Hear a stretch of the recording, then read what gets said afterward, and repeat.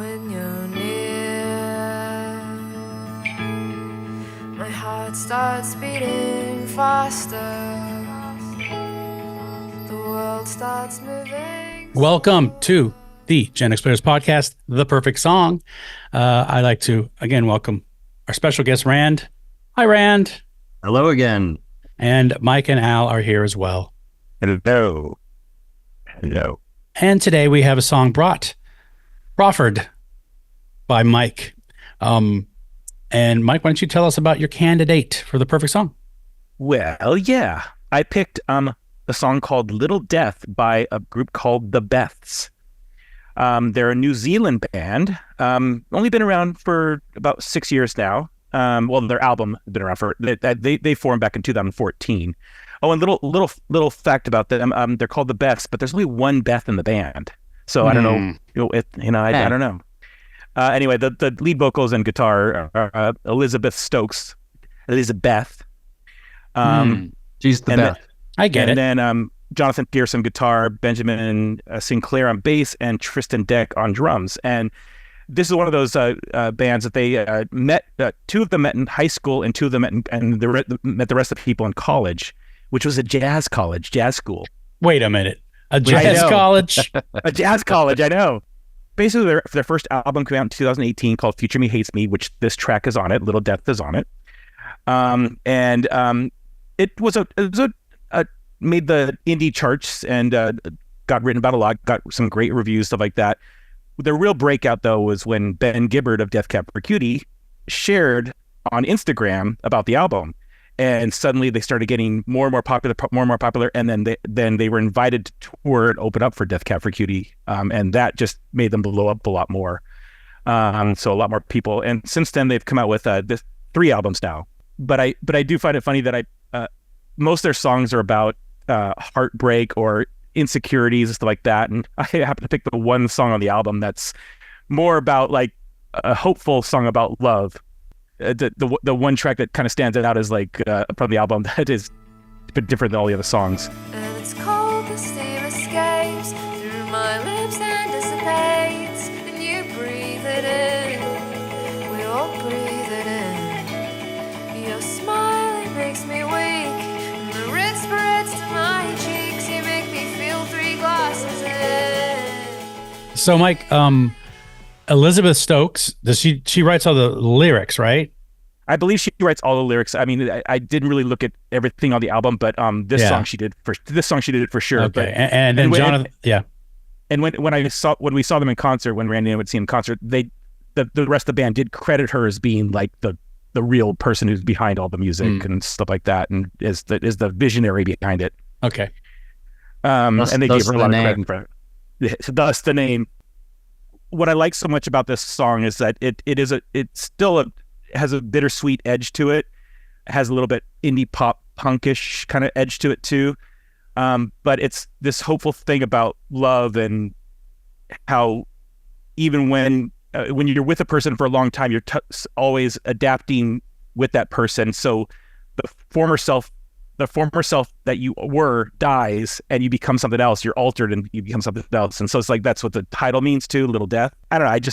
I really like it. And the first time I heard them, I happened to be looking at an indie site that BIRP, who does a monthly list of indie bands. And so I heard this one of their songs, and I bought the album, fell in love with the album right away. And it became like an album I just couldn't put down for a very long time. Put down. I don't know why I said that. It was on my iPod. I couldn't stop playing for a long time. Couldn't put down your iPod. I couldn't put down my iPod for a long time because this album was on it. But anyway, so yeah, it was one of those things that it just stuck with me, and it hit me at the right moment. And the whole album I think is strong, but this particular track is my personal favorite. So yeah, I think Little Death is also some French philosopher or something. Or a poem is a term for orgasm. It is. Yeah. It is. The song's not about an orgasm. No, no, it's not. Or is it? Although, I mean, I hope it is for her sake. So it's kind of a song about sex then? Maybe, I don't know. I like to think it goes without saying. I prefer not to say it. That's it, right. You just shouldn't think about it. I'm fairly repressed.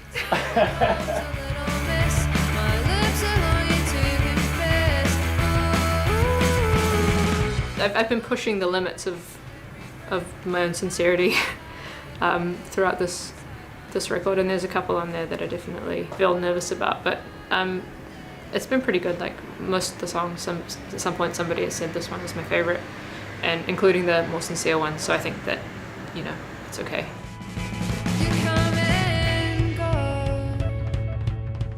I actually hadn't heard the song before listening to it for the podcast. And I love the building energy of it. I know it starts, very minimal and then kind of builds. And I do love her lyrics a lot. I think she has a good lyricist. And again, Structure Guy here likes the way it builds up. But another thing about Structure Guy is if there's a part of the structure of the song that doesn't quite work as the other parts, I do notice. And it's funny because I love every part of this song and the building of it. But then when she actually sings the line, I die a little death, there's a little galloping drum thing going on in the background and the guitar is going ding, ding, ding, ding, ding, ding, ding. I like that less.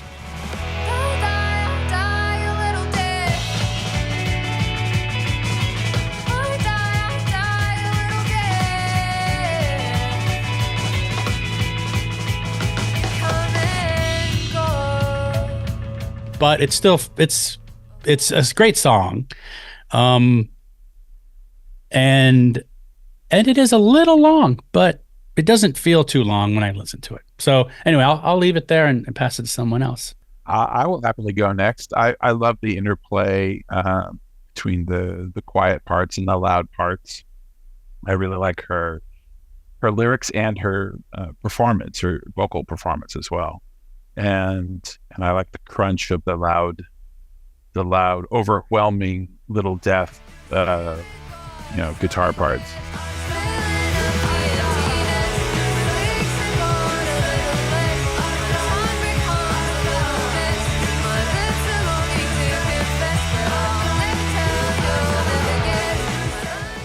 I also felt it was a little long, and could have been like 30 to 60 seconds shorter, maybe.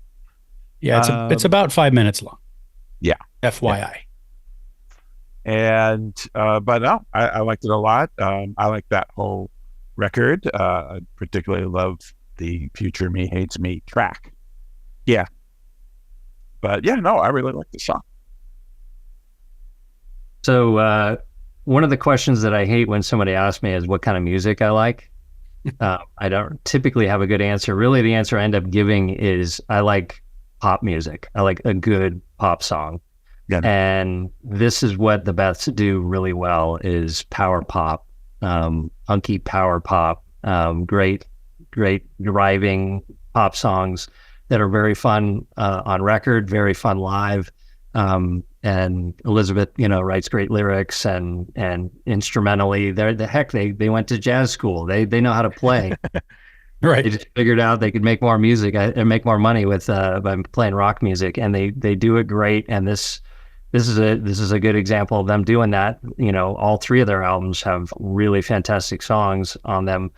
I would have to say this is not one of my favorites by them, though. There's other songs on any of their three albums that are definitely on this one that I think I like a little bit better. And this is one that I'm not going to say I would skip it, when on the album, but yeah, I am always kind of like, maybe because it is a little bit long, I'm kind of like, when is this one going to be over so I can get to that next one that I like even more. So not a total dig against it. They do a great job universally on their stuff, but yeah, not one of my favorite tracks by them. Yeah, I did want to talk about them live when they perform live. They're just really fun. Randy and I've seen 3 times now, I think, and we're seeing them again next month. And so I think that they're just one of those bands that when you see them live, they do so much interaction with the crowd. The crowd really gets into it. They're just a lot of fun, And they're a cheaper show to go to too. Like I mean, $30 usually. they're from New Zealand. I don't who from New Zealand is not warm and charming. It's just like they're nice people. To be the one. And later in the year they're coming back again. So they're coming here twice in the same year. They're opening for Always later this year. So they're a band I haven't given very much time to yet. I've been meaning to, but I don't know if that colors my opinion of this particular song necessarily. But again, I like the song, but I wonder if context of album makes any difference. It might, yeah. But I will be listening to more, as in the future for sure. We hope you're enjoying this GenXplainers podcast. Please remember to find us and follow us on social media. And we'd much appreciate a 5-star rating on the podcast platform of your choice. Now, let's get back to the show.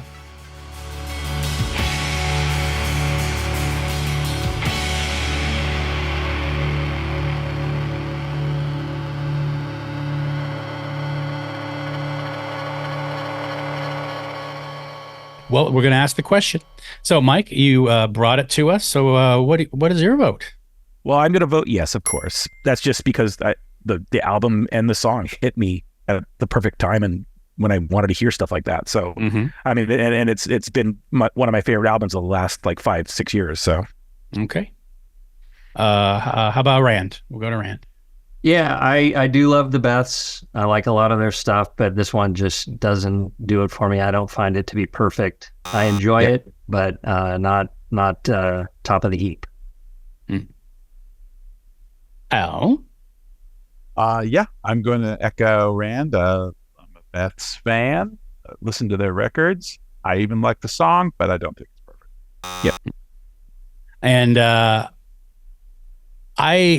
again, like I said, I think almost every part of this song is really, really good and possibly perfect. But I don't know. I'm weird. A little bit. Whenever it comes up, one little bit. Whenever it comes up and that tone changes in the song, I go and I kind of get stopped short.